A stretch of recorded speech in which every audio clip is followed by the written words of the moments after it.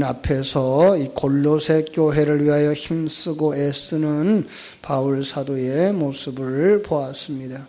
그래서 그의 그 수고와 함께 하나님의 은혜로 믿음에 굳게 서라라고 하는 말씀을 했고요. 그래서 그 안에서 행하라라는 말씀을 했어요. 그죠? 그 다음에 그러기 위해서는 그래서 우리가 이겨야 될 것이 뭐예요? 헛된 철학, 세상의 초등학문에 빠지지 마라, 좌우하지 마라. 이 세상의 학문이나 이 세상의 철학, 종교를 다 초등학문이라고 평가를 하죠. 이건 초등학문과 고등학문으로 나누는 것은 아니에요. 초등학문이라는 말은 그냥 그릇이다라는 뜻으로 우리가 해석하면 되는 것이죠. 그죠? 진리를 담아서 전하는 것들이다.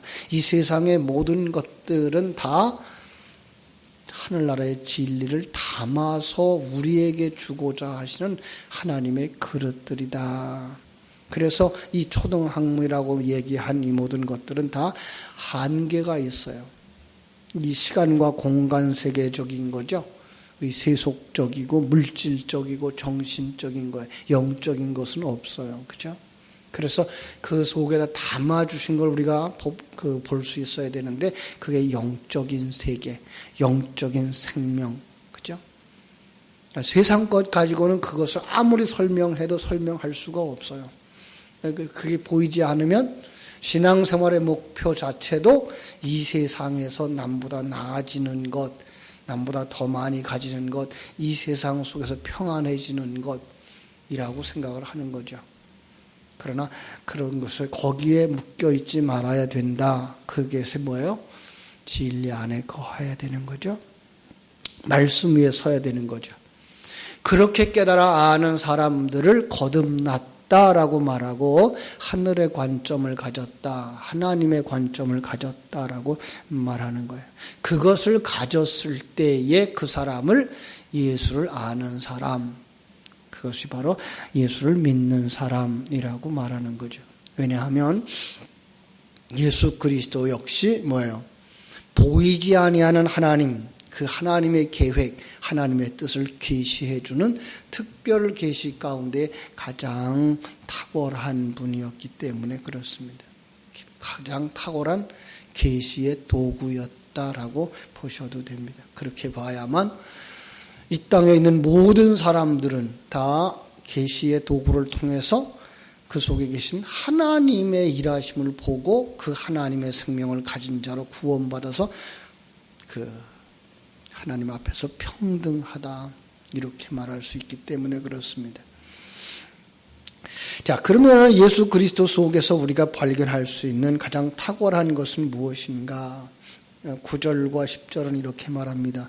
그 안에는 신성의 모든 충만이 육체로 거하시고 너희도 그 안에서 충만하여졌으니 그는 모든 정사와 권세의 머리다. 예수 그리스도는 보이지 아니하는 하나님과 보이는 인간의 중보자 역할을 하기 위해서 신성과 인성을 다 가진 하나님의 속성과 인간의 그 모든 죄성까지도 다 가지고 계신 바로 그런 계시자이다라는 거죠. 여기서 신성과 인성을 이야기하는 이유가 뭘까요? 그건 바로 우리가 우리의 중보자적인 사역 때문에 그런 거예요. 타락한 인간의 대표가 되려면 인간이어야 되는 거죠. 예. 그러니까 우리처럼 똑같이 시간과 공간 속에서 살아가는 존재여야만 됐던 거죠. 그래서 완전히 인간이어야 되는 거예요. 조금 절반만 인간이어도 타락한 인간의 대표가 될 수가 없어요. 그럼 예수님은 이 땅에 완전히 인간으로 오신 거예요. 하나님과 손을 잡아야만 중보자가 되기 때문에 또 하나님이 아니면 안 되는 거죠.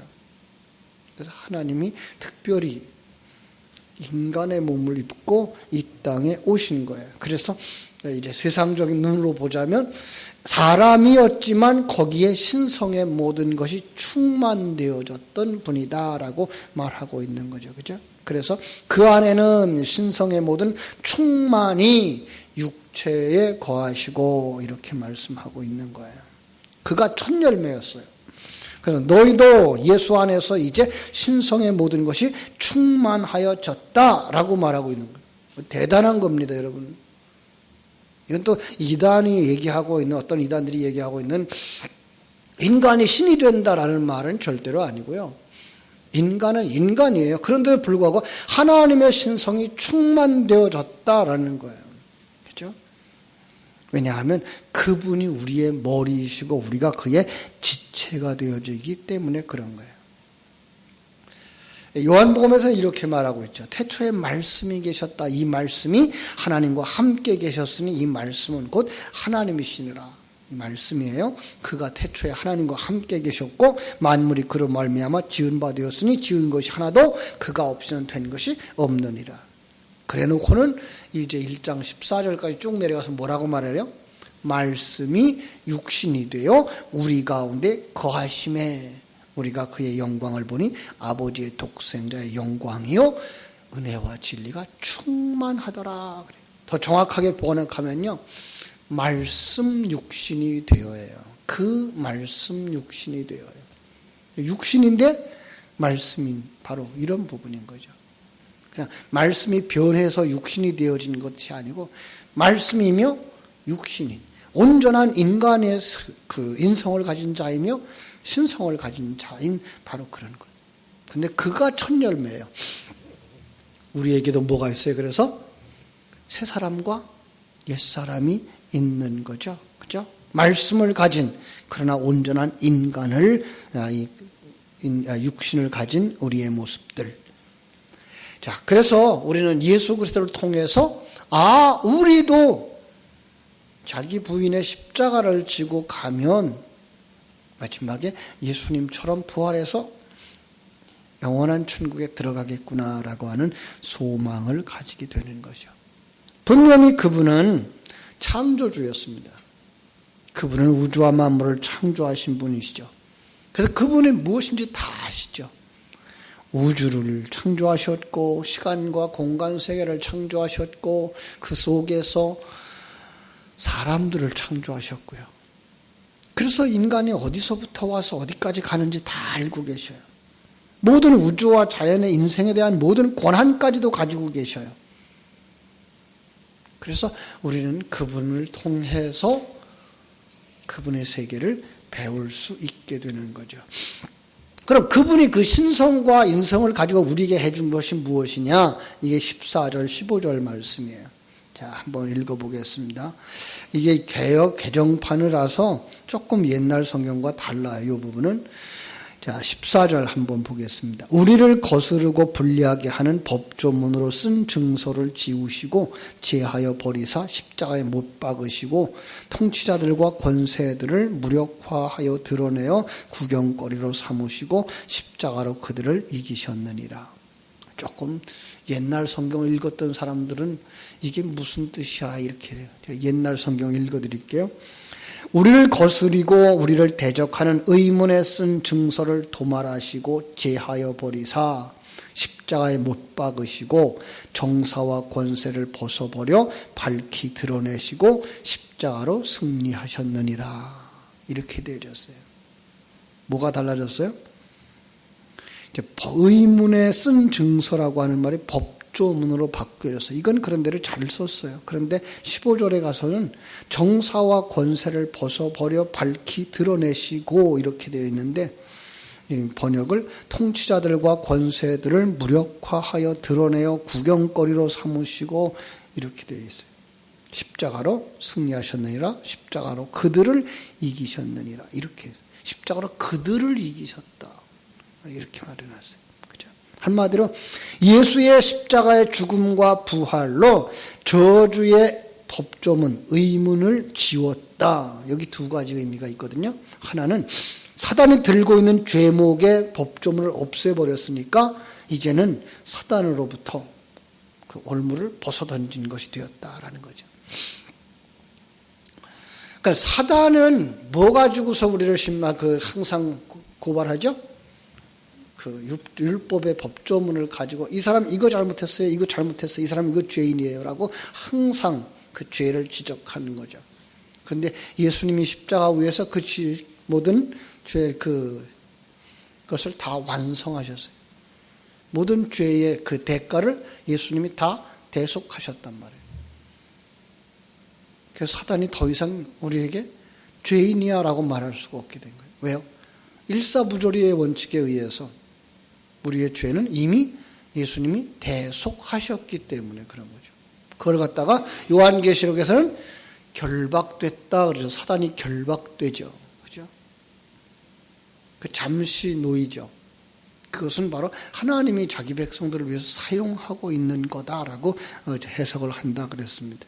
또 하나는 뭔가 하면은요, 율법의 법조문이 열리고 진리가 드러났으니 이제 온전한 자유를 얻은 자가 된 것이다 라는 뜻이에요. 우리는 이제 그 율법으로 보지 않는 거죠. 율법을 그냥 그릇으로 봐요. 그 속에 뭐가 있어요? 진리, 하늘나라의 것이 담겨진 거예요. 무슨 뜻이죠? 십계명 그러면 우리는 뭐예요? 응?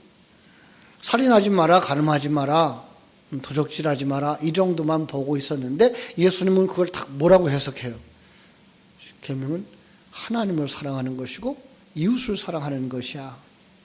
우리는 이제 그 사랑이라는 단어를 또다시 풀어서 그 속에 뭐예요? 하나님을 아는 것, 그 하나님을 아는 것을 가지고 이웃에게 하나님을 알게 하는 것, 이게 뭐예요? 이게 율법 안에 담아준 하나님 사랑과 이웃 사랑이고, 이것이 바로 첫째 계명부터 10번째 계명 안에 담아준 하나님이 우리에게 주시고자 싶은, 알게 해주고자 하는 모든 진리라는 것을 아는 거죠. 그러고 나면 이 율법 조항에 묶여 살지 않는단 말이에요. 아주 쉬운 얘기로 예수님이 이 땅에 오셔서 안식일을 안 지켰어요. 그죠? 안식일에 병든 자 고쳤어요. 제자들과 같이 손으로 비벼서 밀리삭을 비벼서 그걸 먹었단 말이에요. 결국은 율법 조항에 이것 다 지켜서 구원받는 것이 아니라 하나님에 의해서 생명이 주어진 자들이 진리 가운데 있는 그 율법 가운데 담아준 진리를 깨달아 알고, 그리고 하나님의 그 은혜 속에서 임마누엘을 누리면서 완성되어져 간다는 것이죠. 이게 자유인 거예요. 그렇다면 우리는 살인해도 되나요? 간음해도 되나요? 아니요. 세상 사람들도 하지 않는 짓을 왜 우리가 하겠어요? 그럼요. 그러나 우리는 이제 그렇게 살고 있는 자들을 향하여서 정죄하지 아니하고 불쌍히 여기는 마음을 가지고 그들을 그리스도의 사랑으로 품을 수는 있게 되는 거죠. 예. 우리는 율법을 넘어선 자들이 되어지는 거예요.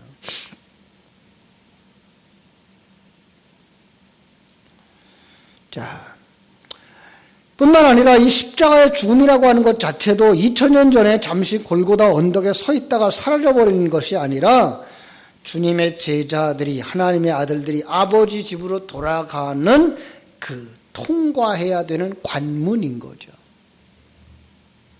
죽음과 부활의 통로. 그래서 제자들을 부르실 때 예수님이 뭐라고 그래요? 나를 따라오려거든 자기 십자가를 지고 자기를 부인하고 나를 쫓을 것이니라. 그죠? 그런데 오늘날 교회 안에 이 십자가가 없어져 와요. 십자가가 뭔지를 모르기 때문에 그래요. 십자가가 그냥 고난? 아니요. 자기 부인이라니까요. 십자가의 의미가 당시 로마라고 하는 나라에 대하여서 또 왕에 대하여서 반역했던 자들을 처형하는 처형 도구거든요. 그걸 왜 성경 속에 담아두었죠? 너희들은 하나님 나라의 원수였어. 너는 하나님을 왕으로 모시지 않고 네가 왕이라 그랬으니까. 하나님을 주인으로 여기지 않고 네가 주인으로 살았으니까. 그걸 깨달아 알게 하고 그 왕의 자리에서 내려오는 게 뭐예요? 그게 십자가 지는 거란 말이에요. 왜 십자가가 없어져야 돼요? 십자가는 강조되어져야 되죠. 그리고 우리는 십자가와 전혀 별개의 삶을 살아갈 수가 없어요. 왜냐하면 그걸 통해서만 우리가 옛사람을 벗어버리고 새사람을 입을 수 있기 때문인 거예요.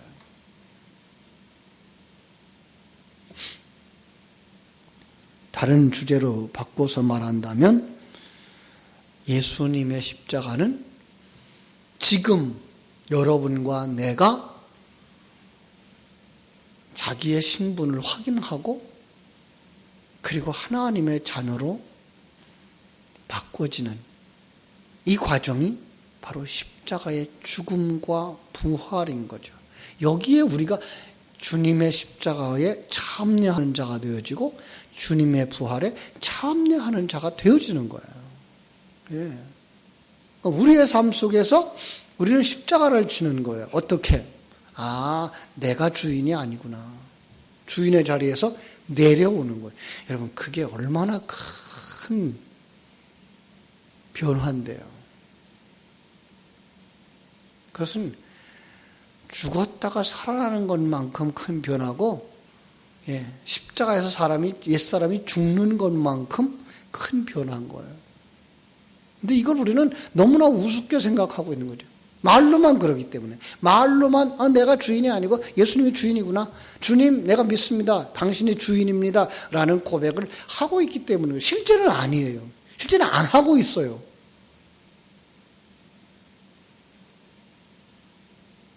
우리는 그 부분에서 아직 신앙의 첫걸음도 시작하지 못한 사람일 수도 있다라는 거예요. 거듭나지 않으면 하늘나라에 보지도 못하는데. 아니, 거듭나지 아니하면 내 안에 천국이 이루어진 것이 보이지 아니하고, 거듭나지 아니하면 내 이 환경을 하나님이 다스리고 하나님이 나의 손잡고 이끌고 가고 계신 사실을 보지 못하는데, 내가 주인이 되어져서 내 계획을 이루고 내 욕망을 이루고 내가 하고 싶은 것을 꼭 해야만 되겠다고 하는 그 욕망으로 가득 차 있을 때에는 하나님이 인도하시는 것이 안 보인단 말이에요. 그게 소경인 거예요. 아직도 뭐 한 거예요? 십자가에서 안 죽은 거예요. 이건 엄청난 변화인 거예요.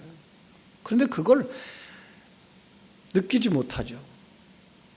영적인 것이라서 보지 못해요. 거듭난 사람들만 보게 되어 있어요. 예.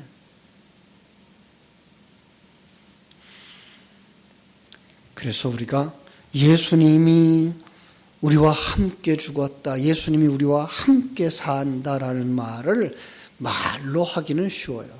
근데 실제로는 어마어마하게 큰 변화가 일어나는 것이다라는 거예요. 그런데 그 변화의 외형적인 것은 또 그렇게 크게 나타나질 않아요. 그래서 예수의 사람들과 세상 사람들이 이 세상에서 살아가는 모습 속에서는 별반 다를 바가 없어요. 불신자들도 씨를 뿌려야 돼요. 봄이 되면. 신자들도 씨를 뿌려야 가을에 거두어요. 씨 뿌리는 것 똑같아요. 불신자나 신자나. 하루를 살아가는 것, 하루 세끼 밥을 먹는 것 똑같아요. 그러나 영적인 그 속의 내용은 전혀 다른 거죠.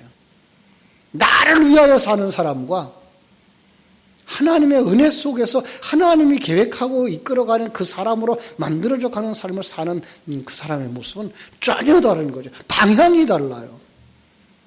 하나는 빛을 향하여 가고 하나는 어둠을 향하여 가고 있기 때문에.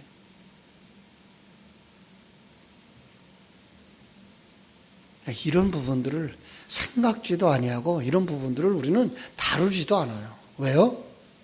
소경이라서. 그래서 소경이 소경을 인도하는 꼴이 돼버리는 거죠. 참 안타까운 거죠. 그래서 여기에다가 하나님은 뭘 넣어놓는가 하면 할례라는 단어를 넣어놨어요. 우리 한번 11절 볼까요? 또 그 안에서 너희가 손으로 하지 아니한 할례를 받았으니 곧 육의 몸을 벗는 것이요 그리스도의 할례니라. 12절 너희가 세례로 그리스도와 함께 장사되고 또 죽은 자들 가운데서 그를 일으키신 하나님의 역사를 믿음으로 말미암아 그 안에서 함께 일으키심을 받았느니라. 구약에서는 할례, 그 할례의 형태가 신약으로 오면서 세례로 바뀌어지죠. 자, 그런데 그 할례는 어디에다 하는 거예요? 몸에다 하는 게 아니고 마음에 할지니 그랬어요.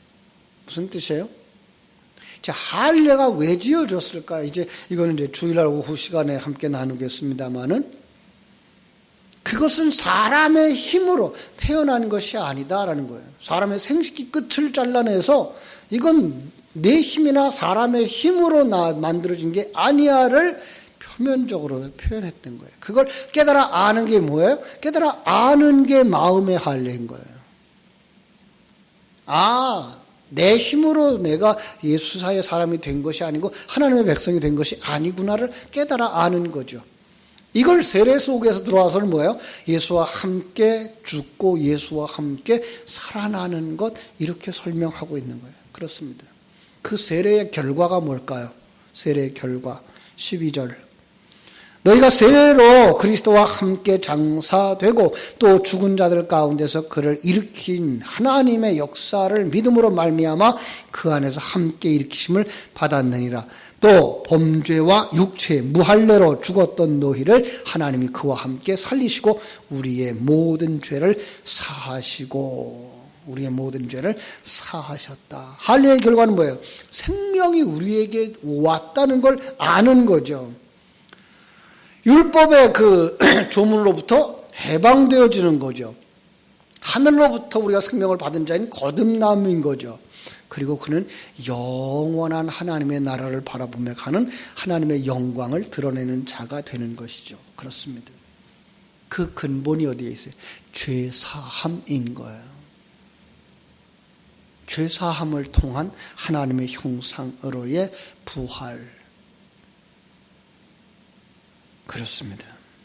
사랑하는 여러분, 오늘 우리는요 정말 예수 안에서 거듭난 사람인가, 할례를 받은 사람인가, 세례를 받은 사람인가, 무엇이 바뀌었는가, 우리는 무엇을 위하여 살아가는가, 그 부분을 이 새벽에도 되새김질하면서 정말 주님이 주신 그 은혜 속에서 평강을 누리며 감사하고 예수와 함께 가는 이 길을 기쁨으로 자기 부인의 삶과 십자가 지는 삶을 통해서 하나님의 사람으로 완성되어지기를 주님의 이름으로 축원합니다.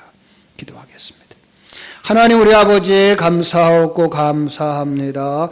예수 안에서 행하라고 하시는 말씀을 이렇게 보면서 우리가 예수 안에 있다고 하는 것이 무엇인가를 다시 한번 점검해 볼 수 있게 하셨습니다. 정말로 우리는 예수 안에 있다고 하면서도 하나님이 나와 함께하고 있다는 사실을 감각하지 못하고 살아가고 왜 예수님이 우리를 품고 있는지를 생각하지 못하는 어리석음에 빠질 때가 종종 있습니다. 정말로 예수 안에서 자기 부인의 삶이 일어나고 있어야 됨에도 불구하고 우리는 여전히 주인으로 살고 여전히 왕으로 살고 나를 위해서 살고자 애를 씁니다. 아버지, 정말 바른 신앙을 가졌다라고 말할 수 있는 저희들인가요? 예수 생명을 가진 사람이라고 말할 수 있나요? 저희들이 정말 하나님의 뜻을 분명히 알고 가는 사람들인가요? 하나님의 생명이 없다면 이 땅에 아무리 많은 일들을 하고 아무리 큰 수고를 한다고 할지라도 그것이 헛것일진데 정말 예수의 생명을 가진 자답게 할례를 통과한 자들이며 세례를 통과한 자들이며 주어진 환경 속에서 감사와 감격과 찬송을 할 수 있는 하나님의 사람들이 되게 하여 주옵소서. 설 명절이라고 하는 분주하고 복잡함 속에서 하나님조차 잃어버리고 살지 말게 해주시고, 이 설 명절에 분주하고 복잡하고 때로는 피곤한 모든 상황 속에서도 감사할 수 있는, 그리고 기뻐할 수 있는, 그리고 인내할 수 있는 예수 생명을 가진 사람들이 다 되게 하여 주시옵소서. 오늘 하루의 삶도 주님께 부탁을 합니다. 특별히 예수 그리스도의 사람들이 어디에 머무르든지 진리를 가진 자들, 생명을 가진 자들답게 평강을 누릴 수 있는 복된 하루가 되도록 두 손으로 축복하여 주시옵소서. 예수님의 이름으로 기도하옵나이다. 아멘.